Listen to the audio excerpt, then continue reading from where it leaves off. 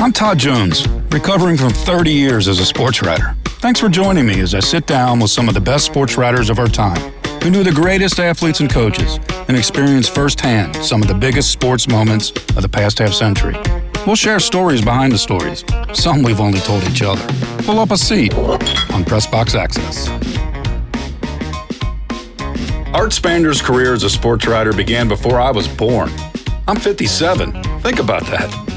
He's a legend in the Bay Area and in the sports media business. An artist still writing. His delightful personality has lit up press boxes and media rooms around the world for more than 6 decades. Name a major sporting moment since 1960, and Art was probably there. And if he was there, he has a story. Oh, Art has quite a few for us. Now, if we only had a bottle of wine. Hey, Art, what a pleasure to have you on the show. Thanks for joining us. You're welcome. Thank you. It's quite an honor. A few writers can match your career experiences. I think you began in your native Los Angeles in 1960 and moved up to San Francisco in 65, and you've been a Bay Area institution ever since. When people say to you, 60 years in sports writing, what do you tell them? I say, I couldn't be. That's you start covering. It's funny. You cover guys and they're young. Then you cover their grandfathers. I mean, it just where does it all go? When you're a kid, you hear your parents and grandparents talking about time, and Einstein said, They asked him to describe the theory of relativity, and he said, 60 seconds with a pretty girl seems like 10, and 10 seconds on a hot stove seems like 60. And that's relativity. That was Einstein's, and it's funny because when you're in high school, say getting 78, you're 18, 78 seems forever. When you're 78, and I'm past that, that was yesterday. And so a lot of time, a lot of sports, a lot of people. It's been great. My late friend John Madden said, and I got to know him because of the Oakland connection and everything. John said, I never worked a day in my life. And sometimes, even though when things got really tough and gritty and miserable and things went wrong, I still think that way. Will Rogers said, the older we get, the fewer things seem worth waiting in line for. And yet you're still waiting in line at media entrances, at stadiums and big events, still writing. I love it. Artspander.com after all those years at the Chronicle and the Examiner in San Francisco. You know, what keeps you writing, Art? What else am I going to do? That's the deal. Well, I love the fact that you're still writing. You were over at Wimbledon and the British Open just this past summer. You've got many, many streaks and major events that you've covered that we're going to talk about. Think about it. You came from the early 60s at UPI in Los Angeles. You know, you were working the night shift, and then they would send you out to do a Lakers game, and they paid you like $5 a game, right? That's right. That was a lot of money in 1960. The Lakers moved there 59, 60, I believe it was, and nobody went to games. And, once again, I bought a Volkswagen. I think it cost $1,700. Now they cost, what, $27,000? So, I mean, that will give you a little bit of a sense of relativity of what cost and payment was. What was a Lakers game like in 1960 in Los Angeles? To a mostly empty arena at the sports arena right next to the Coliseum. Mm-hmm. And what the Lakers caught on, I believe, was their third or fourth year. I'm not sure on the years, but they were in the playoffs and they played the St. Louis Hawks. And of course, the Hawks were to move eventually, and they had a great playoff, and it really turned LA on, and people got excited about pro basketball. But LA was never a basketball town or city. It was an outdoor city. And that's why you had so many baseball players from California. You could play ball basically all year round. Right. And so we went out. We used to surf in the fall. And I went to UCLA, and it was right near the ocean. We run down and grab a little surfing there when I was 18 or 19, 20. And so you didn't think indoors. And there were no large arenas in LA. The Pan Pacific Auditorium, where they had ice skating and they played some basketball, and the Shrine Auditorium, where they had operas and stuff like that, plays, they were the basketball arenas. And then UCLA started getting good, and UCLA had to play its games. They had a 2,500 seat arena. They called like a gymnasium, yeah. Yeah, UCLA gym. And when they got good, they started playing at Venice High School, because that was a larger arena, and so it was crazy. And obviously, once the Lakers got good and UCLA got good, and then they started building arenas all over the place. Right. Well, you went off to San Francisco in '65, where you spent the rest of your career, and like I mentioned, you're still writing. I look back at your career and all the different things that you covered, and I think about the way you write, and I think you once said, "I don't kiss their ass." And I was going to ask you about this because there's a record that you once set in 1973. You said that in a span of 5 days, you had 3 different athletes want to kill you. Yeah, that's true. Let's go through the hit list here. I think we had golfer Ken Still at the PGA Championship driving range. What happened? He was mad at us. Obviously, everybody who doesn't like a story gets angry, and sometimes it passes, and sometimes they take it seriously. And Ken Still, I haven't seen him for a while. I come to the PGA in Cleveland, and he says, he picks up a 5-iron, I think it was, waves it at me and says, "I ought to kill you." I can't remember exactly what the story was about. Wait, did he swing it? No, he didn't. Okay, all right. I've had a lot of threats. And then that same weekend, the 49ers were playing an exhibition game. They used to call them exhibition games. Now they're preseason games. And I was a multi-purpose in those days. I was the golf writer. I was the backup 49er writer. And I did all kinds of things, which I loved. There were like 9 or 10 Art Spanders running around. Yeah. I would sometimes write 2 or 3 stories for the Chronicle, and they'd use different bylines. All right. So Ken Still wants to kill you with a 5-iron. You go to the Niners preseason game, and Ken Willard, the running back, what does he say to you? Well, he's mad at me because I had called his home. He was holding out, and I had got his mother on the phone, and his mother says, "He's not here." And I hear Ken in the background say, tell him I'm not here. Anyway, so I wrote that.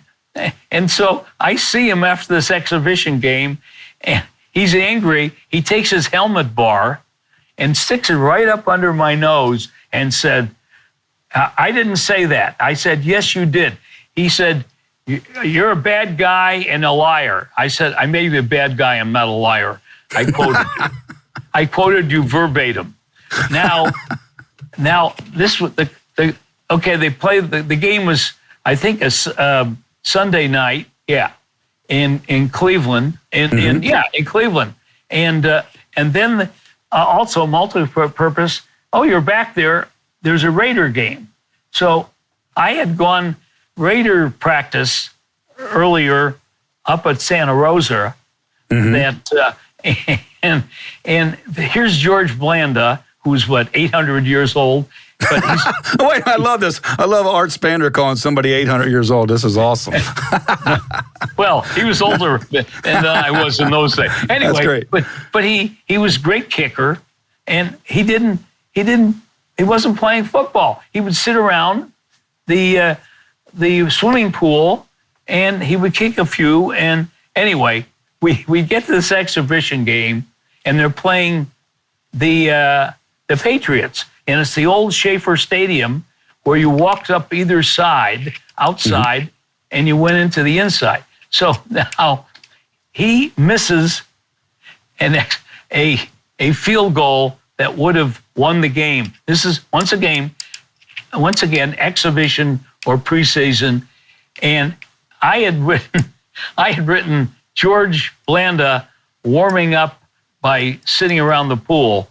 So he misses the extra point or a field goal, so he's angry, and he wants to hit me, and he didn't. So that was all the same week in 1973. 1 week, 5 days, 3 different athletes want to kill you, Art. And some of them over the years say, darn it, why didn't they catch you? Hey, let's let the record show. How tall were you, Art, back in your prime days? You're 5'8". Yeah. I mean, yeah. So in your prime, how much did you weigh? 5'8" what? 150, 145, 150. And you got guys trying to kill you. Yeah. That's all right. They but never like you said, you didn't kiss their ass, right? Well, and another great thing is you see them years later, they're your pal because they just remember the good times. And that's what memory does. That's right. And that's what sports was. Right. Well, let's remember some good times. You got so many of them throughout your career. Just give me the numbers. I'm going to rattle off a few major events. Give me how many times you've covered that event, okay? Masters. 54 straight until COVID. Now I've done 55, but 54 in a row. U.S. Open golf. I've done, starting in 1966, when I was a rookie and the Open was here, I've covered all but 2. Excuse me. British Open. British Open, I've covered about 25 to 30. Wimbledon. Wimbledon, I've covered in the 30s. U.S. Open tennis. U.S. Open tennis, not as many. I think 25 or so.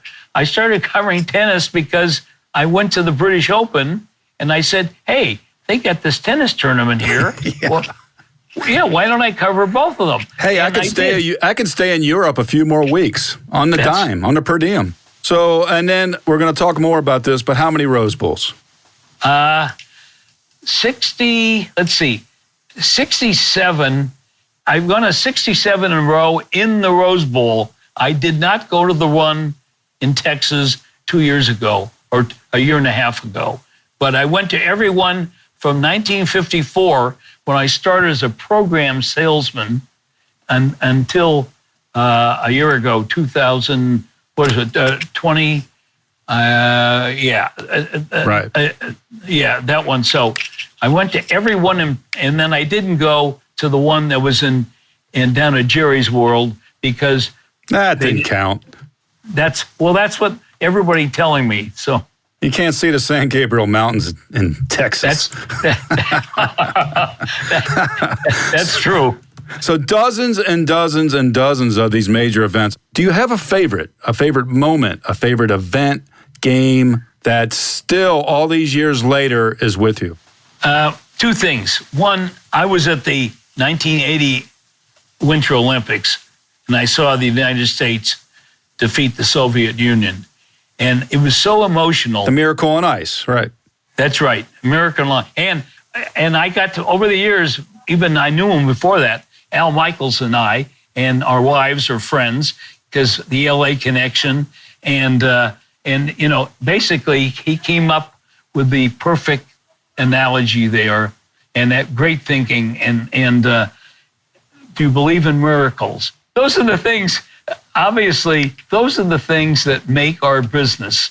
I've talked to younger guys, and we're sitting at the Super Bowl, and I've done 45 or something Super Bowls, and they'll say, "Oh, this is," they're like overworked. And I said, if you are covering sports and you don't want to be at the Super Bowl or the World Series or the Masters or the British Open or whatever, then you're in the wrong business. Right. Why are you there if you don't want to do the big events?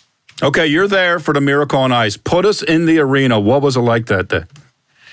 Well, Dave Israel, who's still around, was running up and back in the press section saying all the rules against cheering in the press box are off.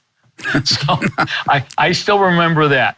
Anyway, it was fantastic. And I guess when it's happening, you're not as cognizant as you are 10 years or even a month or a week or down the line.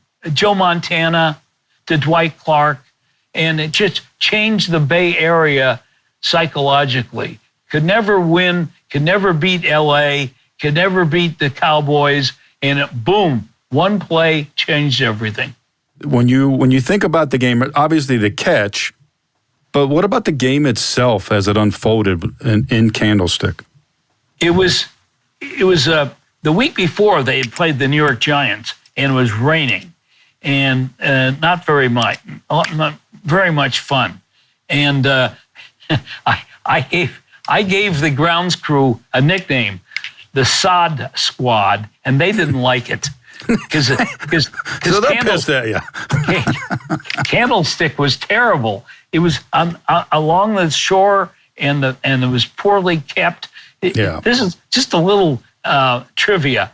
The Oakland Coliseum across the bay was underwater. When I say underwater, below water level, but they had pumps running 24 hours a day to keep it clear and keep it clean. But the Candlestick, which is on an elevated area above the bay, but this field itself was in soggy ground. And so the game against the Giants the week before, there was turf everywhere flying. Right. And that's where I got them, the Sod Squad.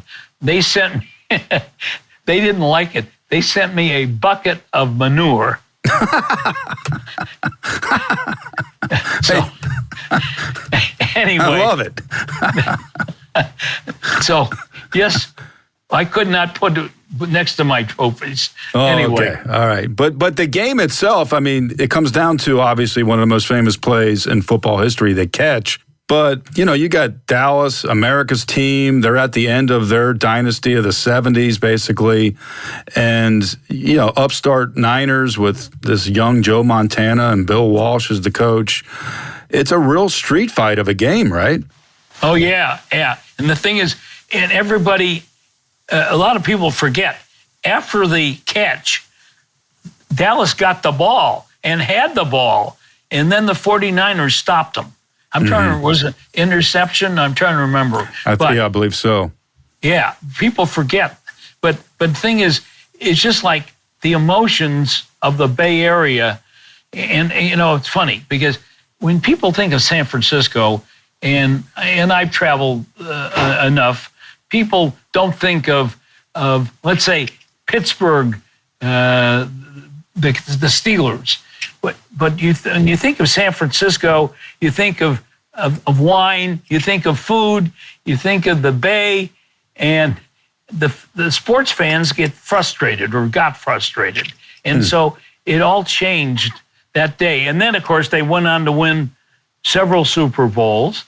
And Walsh, I went out in the field doing interviews, and Walsh sees me and he says, "You can't write, we can't win the big one anymore." And he's the guy, quote, never read the papers. So, yeah. He was as happy with you as the manure guys. Yeah. Bill was okay. Hey, you know what else? You know what else people forget about the catch, about that game? Montana threw 3 interceptions in that game. Yes, he did. But the play he had to make, and of course, Dwight Clark, unfortunately, died from Lou Gehrig's disease a couple of years ago.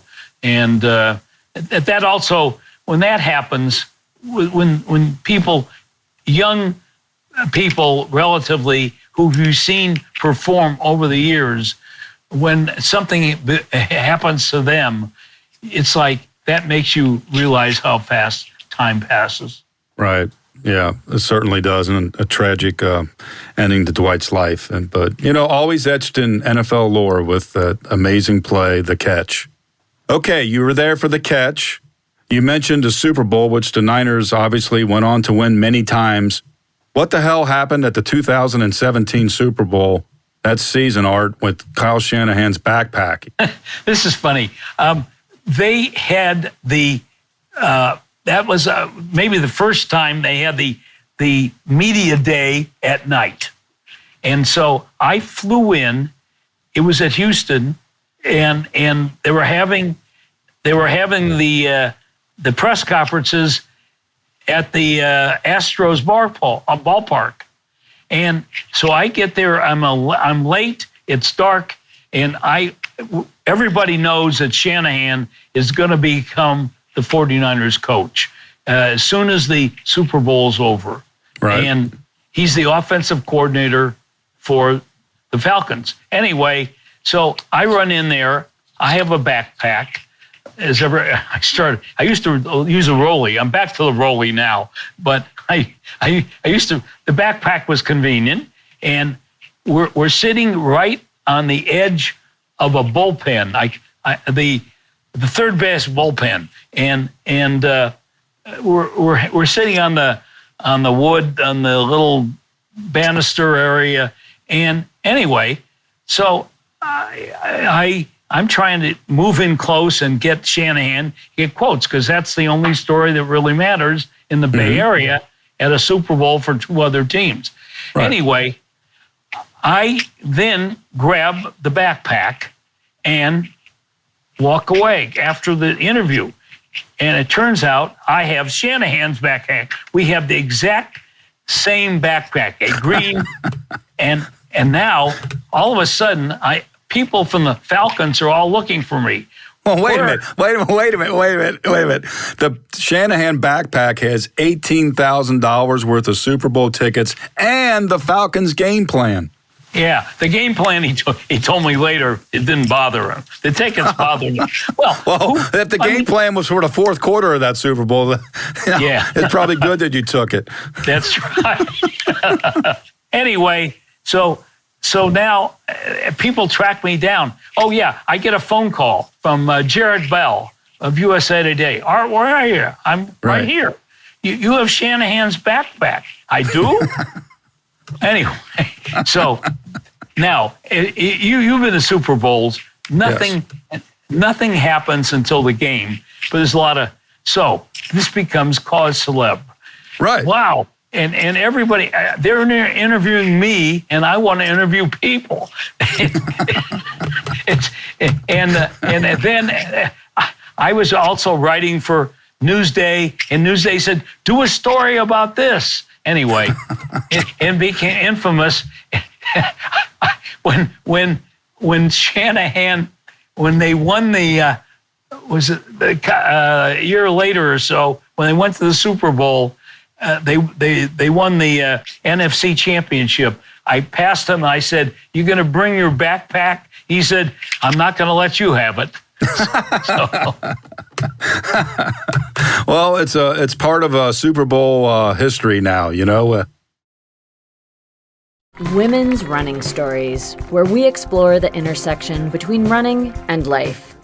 Because every woman who is committed to a running journey has a story to tell, and this is where you'll find those stories. I am host and producer Cherie Louise Turner. I'm a 53-year-old runner, and together with original music by musician and runner Cormac O'Regan, we bring these inspirational stories to life. Please join us to fuel your adventures. All right, Art, you mentioned the Rose Bowl, and I want to talk to you specifically about that major event. You were inducted into the Rose Bowl Hall of Fame, the class of 2016. And as you mentioned, the first time you ever went to the Rose Bowl as a Los Angeles native was 1954. You were age 15, and you actually sold game programs. And I think for about 10 years, you went as a fan, a spectator, and then you started covering it in 1964, and you really never stopped covering it. What is it about the Rose Bowl that kept bringing you back to Pasadena? Well, one, I was an LA native, and there weren't, I'm referencing what I mentioned, there weren't any sports arenas in LA. There weren't a lot of sports. You had minor league baseball, and you had college football. You had the Rams who came there. But the big event was the Rose Bowl. And the LA Times in those days would put out special editions. And also, there were very few ball games. The Rose Bowl, the Sugar Bowl, the Cotton Bowl, and the Orange Bowl. That was it. Right. And the Rose Bowl was the big one. Now they're what, 200? It's amazing. You know, I was fortunate to cover the Rose Bowl several times, and I have distinct memories of my first, 1990, Bo Schembechler's last game at Michigan as coach, and USC beat him. You have covered so many. Are there certain games and distinct moments that you have in all those years of covering the Rose Bowl? Well, I went to UCLA, and when UCLA finally won a Rose Bowl, 1966, Gary Beeben, I remember that game. I also remember the Ron Vanderkellen game. Wisconsin. Wisconsin. The lighting was very poor. The game went on and on and on.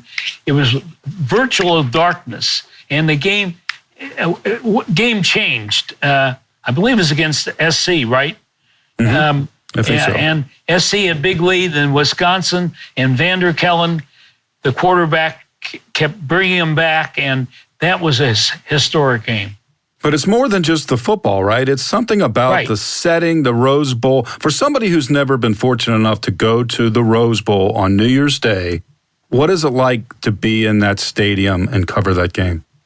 Well, one, you better get there early because the traffic is terrible, and a lot of people are coming from the parade. The parade draws 1 million people, maybe 1.5 million, and a lot of people go to particularly from out of town, from Ohio or Michigan, Northwestern, they'll go to the parade. It's their one chance. They'll go to the game. So those are the people that Jim Murray used to write, we're all bringing the potato salad to Southern California.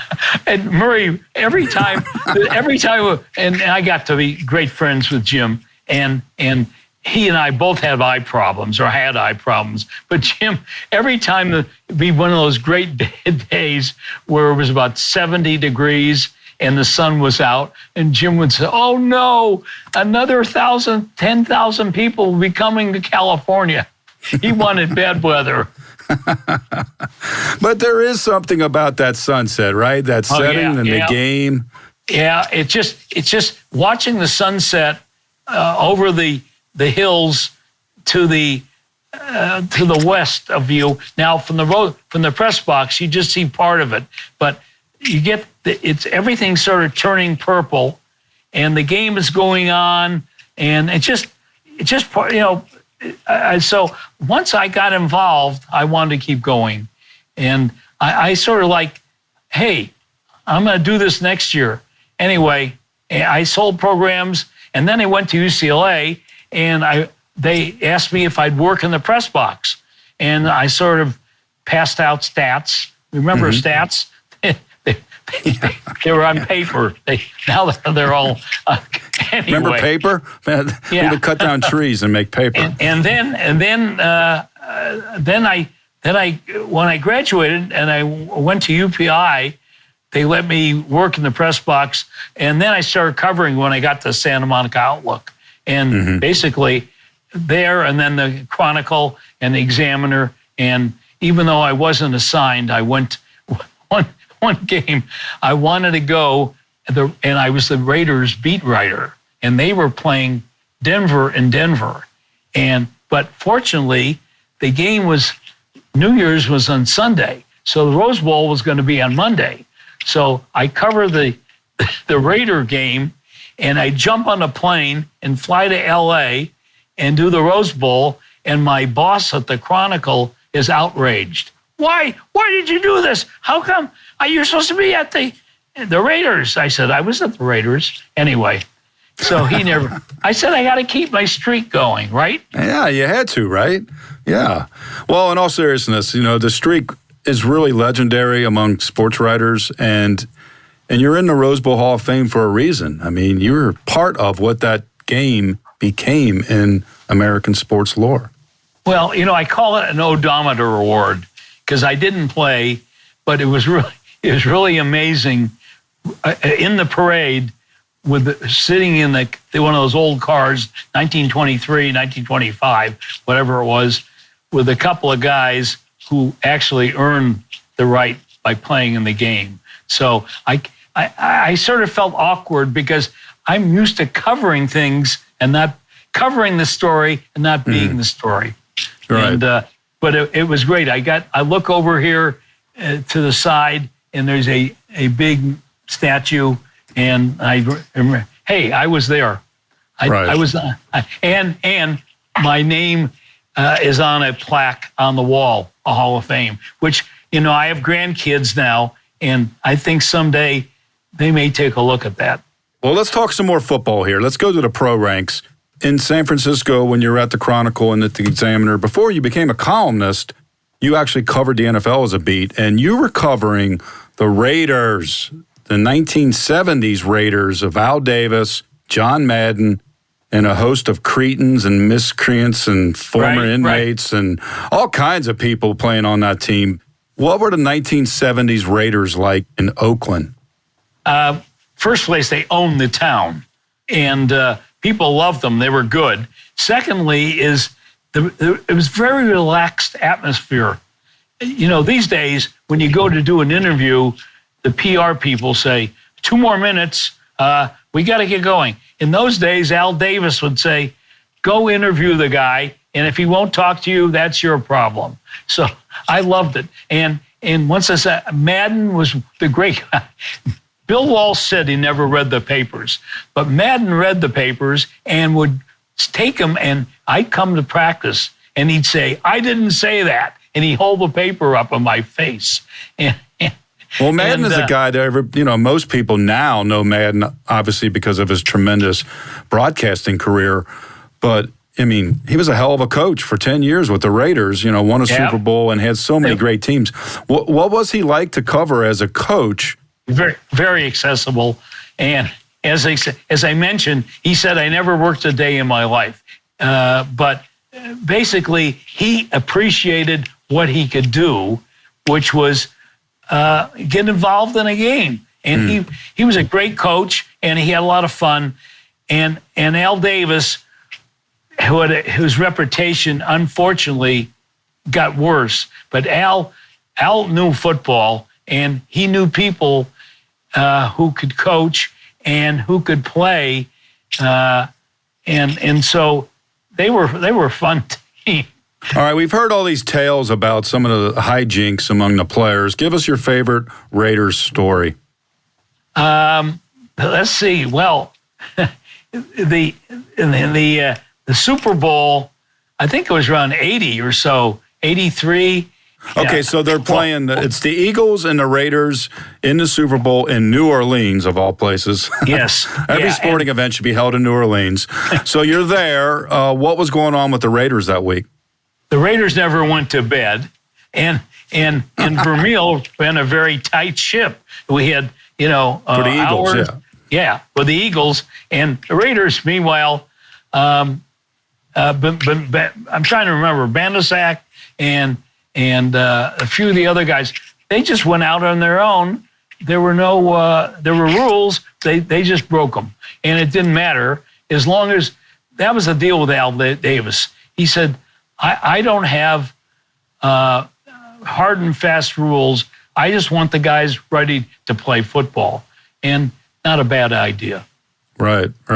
Matuzak was quite a character, right? Yeah, he was the Tooz. They call him Tooz. Yeah, he was a guy had been in other teams, and he never went to bed during the Super Bowl. Before that Super Bowl, in the 70s, the quarterback was Ken Stabler, who was always a favorite player of mine back in those days. Tell us about Stabler and what he was like to cover.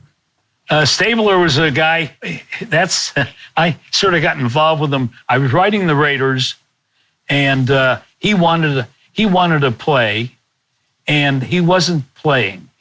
And so I go to see him, and the Raiders weren't scoring. And he tells me, I can get this team. Daryl LaMonaco was the quarterback. Mm-hmm. And he says, I can get touchdowns. And the Chronicle ran the headline, I can get TDs. Stabler. And Al Davis, or Madden Davis, they didn't care. They thought, that's great. Go get those TDs. And that's what we want from the quarterback, right? Leadership. That's right. Confidence. And that's right. And that's what he got. And he was a guy. He died a couple of years ago, but he had a wild life too. These guys just, they enjoyed themselves. The whole key was play the game, and as soon as the game's over, have a good time. Was training camp a pretty wild affair? Well, this is one training. The Raiders wouldn't tell you anything, so you had to find out for yourself. So do some reporting, Art. Come on. Yeah, we're staying up there at the El Rancho Hotel in Santa Rosa, and we're in one section, and players are in another, and one of the guys bangs on my door and said, you better get up. They just cut somebody, whoever it was. So we're all running out in our underwear, in our pajamas, to find out who cut, so we could write a story. Another thing, and I'm married and I wear my wedding ring, but guys would get up there and they'd take off their wedding rings. So then they Raiders could go tradition. Out. Yeah. Let's go from the Raiders back to college real quick, because you mentioned this, and I have not spoken to anybody who was actually at this game. But that's November 20th, 1982. Now, you covered pretty much every Cal-Stanford game since 1968. Yes. You've seen them all. There's never been a game like that in that series, and really never been a game end in the history of college football quite like that Cal-Stanford game, the bands on the field game. Where were you, Art? Where were you, Art, when the Stanford band took the field during that kick return? I was in the press box. In other words, we would go down after the game. Okay, so you weren't down on the field. Okay. No, I was in the press box watching it, and it's like Joe Starkey, who's just retiring, he was the announcer who said, the band is on the field. And it's like, what? I didn't hear that because I'm in the press box. But you're seeing this unfolding, and it's hard to put it into your brain. What's going on down there? Another thing I remember, that was John Elway's last college game. Right. And he was going to go to the Rose Bowl, and they got knocked out. And he was outraged. He wouldn't talk about the play for years. Really? Finally, about 10 years later, I talked to him, and he said, yeah, I've adjusted, but he was so angry. The Stanford people thought they had won. The laterals, there were forward laterals, and Ken Moen. It's got also what's great is the trombone player who ran on the field. Yeah, Kevin Moen scores a TD after 5 laterals by the Cal Bears. Moen runs it into the end zone and just runs over this trombone player. And bends the trombone player and the runner, the Cal runner, are good friends. They became longtime friends. The trombone is in the College Hall of Fame, I believe, all bent up. And it's obviously once in a lifetime. You've seen teams try to duplicate that, where they just throw the ball around. Didn't work. It worked there, and they play it on TV here just about every time Cal plays Stanford, which is once a year. I mean, we've seen the video clips all these years, but what was it like in the stadium and in the press box when it was unfolding? Well, it's like, what's going on? They're screaming, and now you don't know if it's a touch. There was a long break while they're trying to figure out if he actually scored a touchdown and was a legitimate.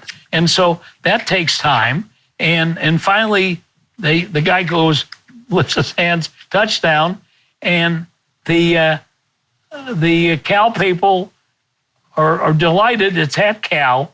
They've had some crazy games. Well, Stanford, well, they'll get over it eventually. It's only been 40 years. All right. Well, speaking of Stanford, there was a guy who played a little bit of golf out there at Stanford in the Bay Area, and you got to know him a little bit as a young California amateur, U.S. Open amateur champion 3 times. Goes on to Stanford, where you really get to know this guy. His name is Eldrick Woods. I think he goes by Tiger. What was the young Tiger Woods like as an amateur and during his time at Stanford? He's always been very, you might say, reluctant or hesitant. He never wanted to make a big deal. He knew who he was, and his father pushed him. When he got to Stanford, they used to call him Urkel. Oh, yeah, the TV character with the big glasses. He was sort of out of it. He played golf, and he went to class, and he wasn't one of the guys that ran up and down the dorm wall, hallways, that type of thing. But even later on, I got to know him a little bit and interviewed him, and I asked him about doing things, and he said basically he wanted to do it his own way, in his father's way, and he didn't want what other people wanted. What is your first memory of Tiger? Well, I met him at a banquet when a Stanford function, and he was really hesitant and a little shy. Once again, they introduced him. Yeah, Woods. He had already won a U.S. amateur. He won, as you mentioned, he won 3 U.S. amateurs. Nobody else ever did that. Not Bobby Jones, right. Not Jack Nicklaus, not Arnold Palmer, anybody. And so that he was on his way, still winning. And I saw the 3rd amateur was played up at Portland, or outside. Pumpkin Ridge, right? Yeah, right outside of Portland. And something I remember, played a guy named Steve Scott in the finals. So Tiger is down 5 holes. It's match play. He's 5 down to Steve Scott. I go on the radio to station KMBR, which is the sports station, one of the 2 sports stations here, and I go on at the break when they're waiting to play the afternoon. And I said, basically, it's all over. Tiger's way behind. He's going to lose. And of course, he came back and won. So that I learned something there. So he makes history as the first and only person to win 3 straight U.S. amateur championships. You had covered golf at that point already for many, many years, including Nicklaus in his prime. When you looked at that young Tiger Woods, who was getting ready to turn pro, did you envision that he would become what he did become? No, you don't know. Well, we knew he's going to be very good. And he had the continual success indicated that out there he would win. I was at the Masters, as I mentioned, been all these Masters, when he broke through and won. 1997. 1997, and all of a sudden, boom, that changed golf. But going back a couple of years, his father, Earl, used to both build him up and knock him down. And this was at the U.S. Open at in Detroit, and Tiger was an amateur, and he was playing, and he's playing pretty well. And then he started playing, not quite so well, and didn't look like he was going to make the cut. And Earl would say, "Oh, he's not very good, and he's got to learn a lot." I remember that. And Earl was like downgrading him, and of course that was right into the media right there. But outside, he built him up, and Tiger did what nobody's done, and but he's won. He has not won all four majors in the same year, nobody has. Hogan did it. Hogan did it. Tiger won 3. So that's pretty good. So 97 at the Masters, he wins by 12 strokes. You said it changed golf. What do you remember about being in Augusta that year in particular? We didn't know. In other words, at 36 holes, there was no indication that this was going to happen. But he wins, and all of a sudden, it brings in minorities. It makes people pay attention. Who was this guy? Tiger Woods. And basically, it brought so many people, both minorities, into the game, but it made people pay attention. I would go to golf tournaments, and at the the LA Open or the Genesis, whatever it was, and you'd have all these black kids following Tiger, and they would not have been on a golf course had he not won. Right. He also just brought in the general sports fan, right? Because golf is, it's kind of a niche sport in many respects. But Tiger was a guy that, even if you didn't like golf, you wanted to know what Tiger Woods was up to, right? Well, since after he became really great and famous, even now, he's not playing, or maybe he'll play a little bit, but the only question was, what's Tiger doing? When there's team sports, you root for the jersey, the laundry. If it's Ohio State, or if it's the Rams, or if it's UCLA, it doesn't matter who's under that jersey. That's your guy or your girl. But in individual sports, you need a person, whether it's Tiger, Serena Williams, Roger Federer, somebody like that. And Tiger just brought us all in. It got to the point where people didn't care what was going on. They just say, what's Tiger shooting? Right.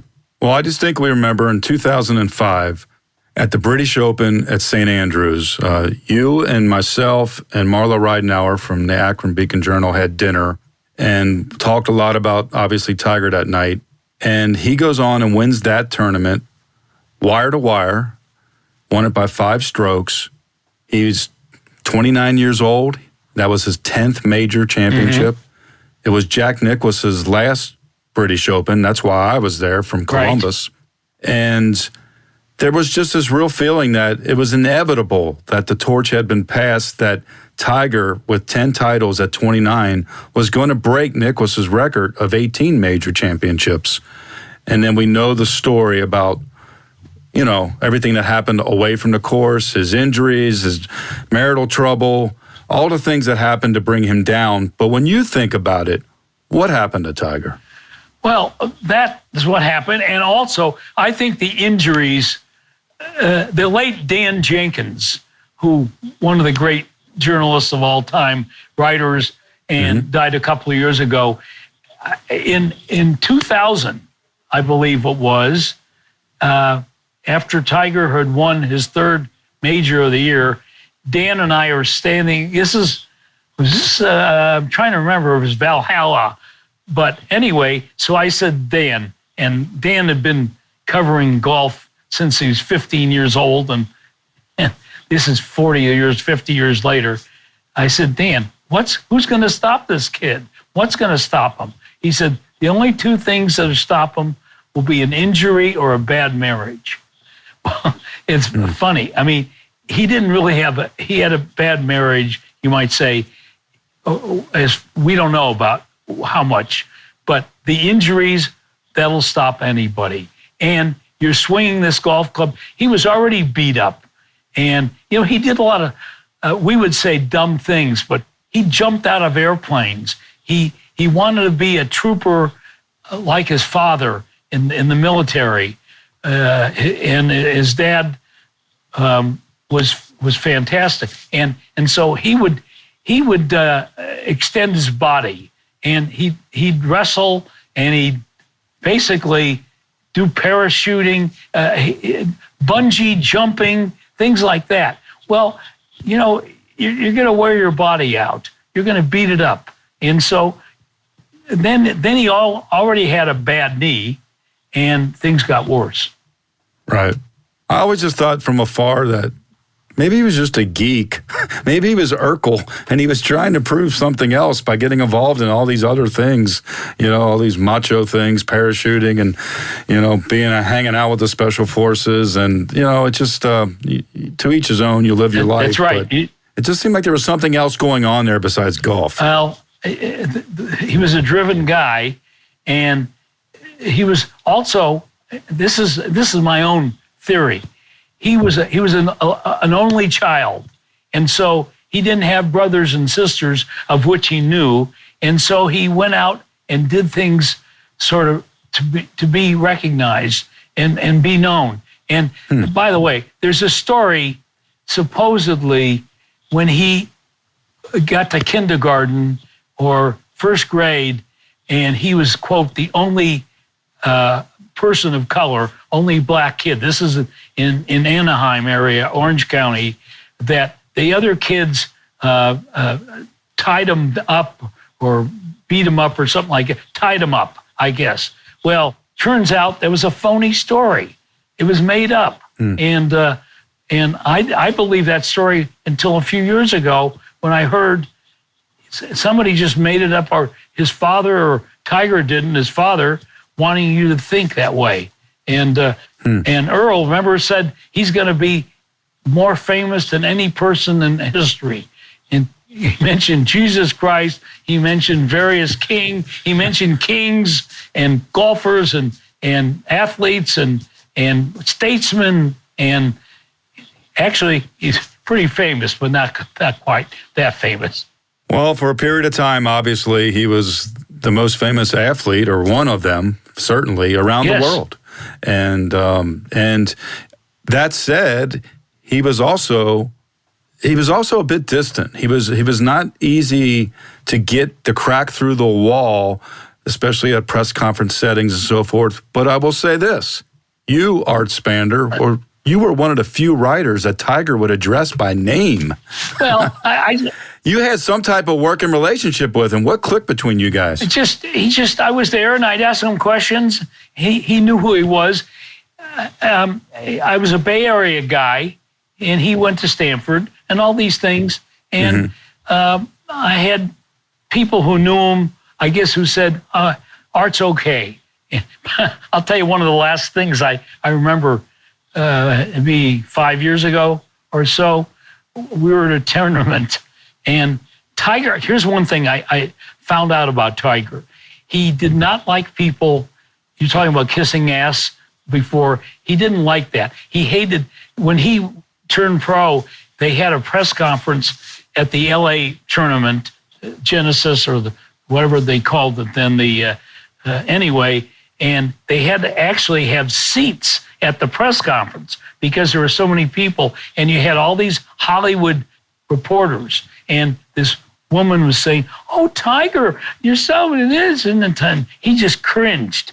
He liked somebody saying, "Hey, jerk," and I'd see him like after a tournament, he didn't want to talk to anybody else.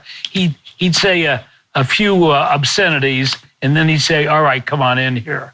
But he just wanted to be one of the boys, I think. Right. Just be treated like the other guys. Yeah, even though obviously his talent was not like all the other guys. Well, Tiger knew Art Spander by name, and Art, you knew quite a few celebrities, even outside the world of sports. When you started out at UPI, didn't you cover Marilyn Monroe's funeral? Yes, I did.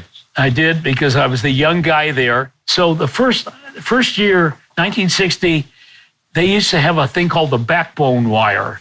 And here I am, the only guy in the office after 3 a.m., 3 to 6. And it's ringing, right. And I go over there and it says, "Understand, Marilyn Monroe has committed suicide." This is 1960. And I don't know what to do. So I call Hank Rieger, the late bureau chief, and he says, "Good, I'm glad you called me. This is what." So I started calling all the Hollywood, Vernon Scott and Joe Finnegan, the Hollywood people, and turns out she was in Reno making The Misfits with Clark Gable. So I really feel like stupid, you dumb kid.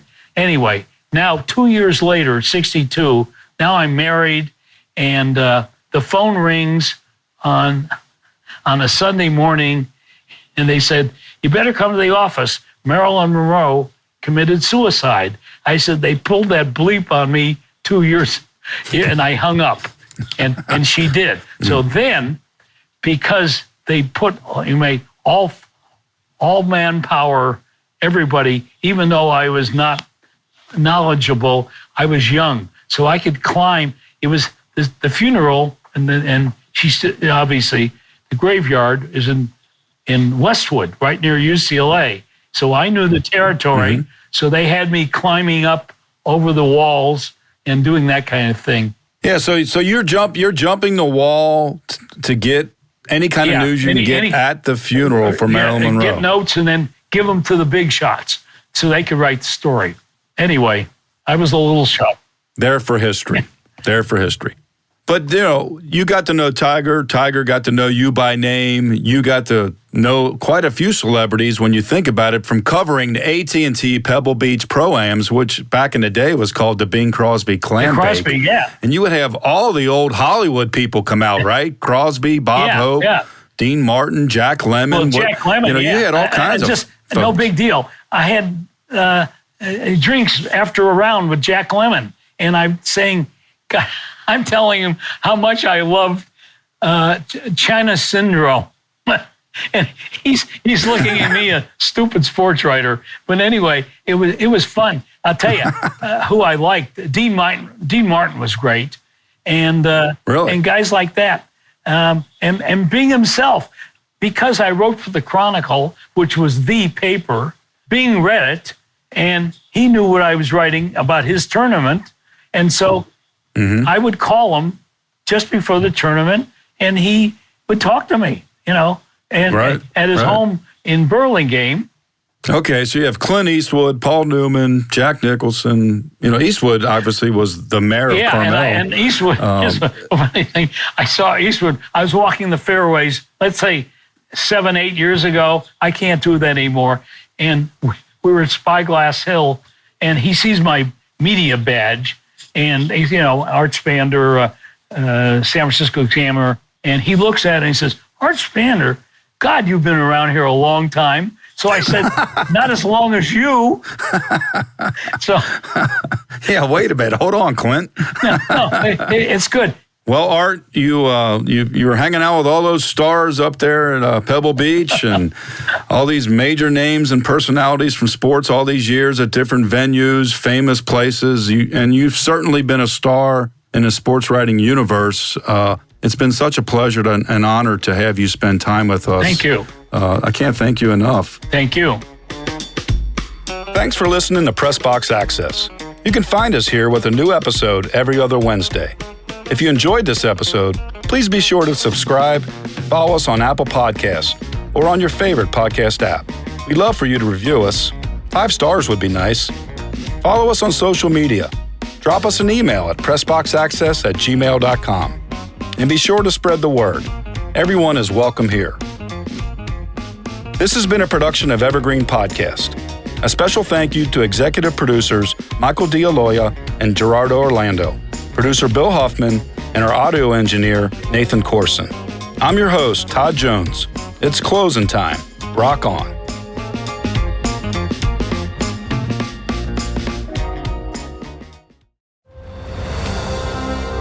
I'm Ken Harbaugh, host of Warriors in Their Own Words, a podcast that presents the unvarnished, unsanitized truth of what we have asked of those who defend this nation. As a country, we need these stories more than ever. Stories from Americans who have borne the battle, including 30-year-old remastered interviews with veterans from World War I recounting their time in the trenches of Europe, and with veterans from World War II, Korea, Vietnam, and from our most recent conflicts in Iraq, Afghanistan, and other battlefields Americans may never have heard of. Hear their stories by listening to Warriors in Their Own Words wherever you find podcasts.